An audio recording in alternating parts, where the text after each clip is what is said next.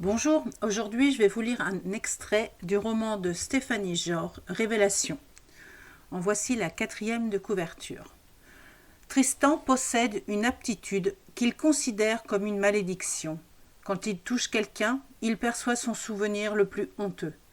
Il évite donc au maximum les interactions sociales, mais lors d'un déplacement professionnel, il est pris dans une bousculade et a la vision d'une jeune femme séquestrée et terrifiée. Il n'a aucune idée de son identité, ni de la temporalité de l'événement. Le lendemain, en voyant le journal télévisé, il comprend que l'horreur se déroule ici et maintenant, et qu'il peut agir. En collaboration avec le capitaine Fabre, le jeune homme va mener ses investigations pour confondre le coupable. Y parviendra-t-il? Chapitre 1. Jour 1. Génius 666. D'un geste précis, je m'assure que les liens des poignets et des chevilles sont bien serrés. J'ai l'habitude, mais c'est justement de cette récurrence que je me méfie. Cela atténue la vigilance.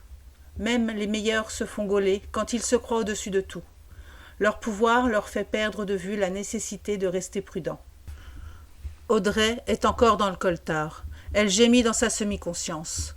Le son ressort étouffé en raison du scotch qui l'empêchera de crier quand elle reprendra connaissance. Rien que de la voir là, sur le sol, à l'arrière de la fourgonnette, dans sa robe de cocktail moulante, me donne envie de lui balancer un coup de pied dans le ventre. Je me retiens. Tentant, mais ce n'est pas le moment. Je ne sais pas pourquoi, mais j'ai besoin de les abîmer de plus en plus vite. Je dois être attentif à museler mes ardeurs si je veux faire durer le plaisir. En la détaillant, je constate qu'elle a perdu un de ses escarpins. Je lui ôte celui qui lui reste. Une mauvaise imitation de Louboutin qui lui octroie 12 cm de plus que sa taille réelle. Je hausse les épaules et jette la chaussure à l'avant. Là où je l'emmène, elle n'en aura plus besoin. Je regagne la place, conducteur de la fourgonnette, un sentiment de liesse au creux de la poitrine. Je suis décidément de plus en plus performant dans ma traque. Et Audrey, comme je l'avais pressenti, ne m'a pas déçu. Je l'espionnais depuis quelques jours déjà. Je savourais, sentais l'imminence de notre rencontre. Je l'ai regardé siroter des infusions de rooibos, effectuer ses séances de yoga, se rendre au travail sans manquer, à ma grande consternation, de prendre un selfie quotidien devant le miroir de son ascenseur. Elle m'apparaissait de plus en plus futile, superficielle, absolument parfaite pour le projet que je lui concoctais. Elle ne pouvait pas se douter que je guettais le moindre faux pas.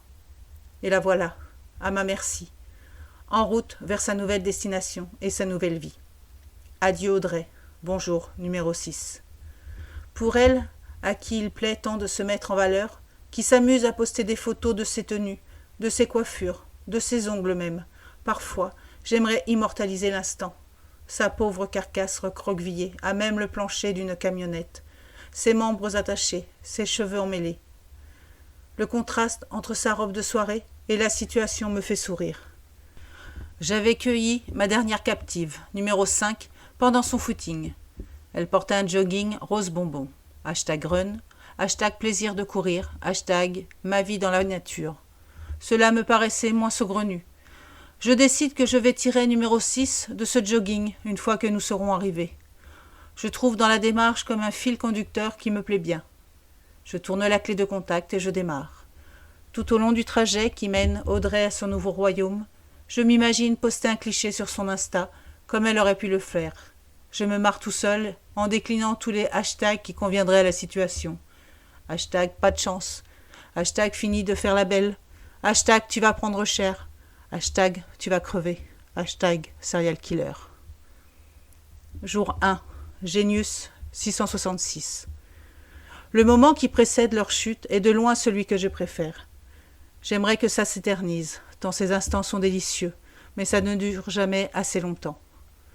Celle-là ne sortira pas du lot, je l'ai compris dès le début. Je voudrais pourtant tellement être surpris. Mais elles sont toutes semblables, d'une banalité affligeante, de vulgaires Barbie, produites à la chaîne, copier-coller. Même balayage californien, French manucure identique, même fournisseur de fringues sexy. So boring, pourrait-elle dire. Je la regarde se tortiller, gémir, appeler, comme ces jérémiades m'agacent et m'amusent à la fois. Elle pense sans doute que sa situation est négociable, qu'elle va y échapper. Je suis toujours stupéfait par cette capacité que possèdent mes semblables de croire que les choses peuvent s'arranger. L'espoir envers et contre tout. Je suis là pour leur prouver le contraire. Sa voix monte encore d'un cran dans les aigus, tandis qu'elle supplie. « S'il vous plaît, j'ai vraiment besoin d'aller aux toilettes. » Je ne peux réprimer un rire. Elle s'imagine que je vais venir, je ne le ferai pas. Je n'en ai jamais eu l'intention. Si elle ne geignait pas aussi fort, ça serait presque touchant. Elle gesticule sur le siège, tire sur les liens qui maintiennent ses mains au dos de la chaise. Je pense. Débat-toi tant que tu veux, petite. J'ai bien travaillé. Tu ne te libéreras pas, même en essayant de toutes tes forces. Tu es mignonne à serrer tes jambes le plus fort possible. Ah, je vois son beau visage se crisper. Le moment que j'attends depuis des heures arrive enfin.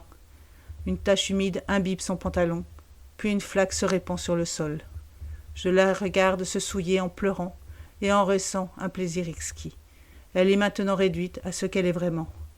Un vulgaire animal qui se pisse dessus. Voilà pour ce court extrait de Révélation de Stéphanie Jor. Je vous conseille vraiment cette lecture.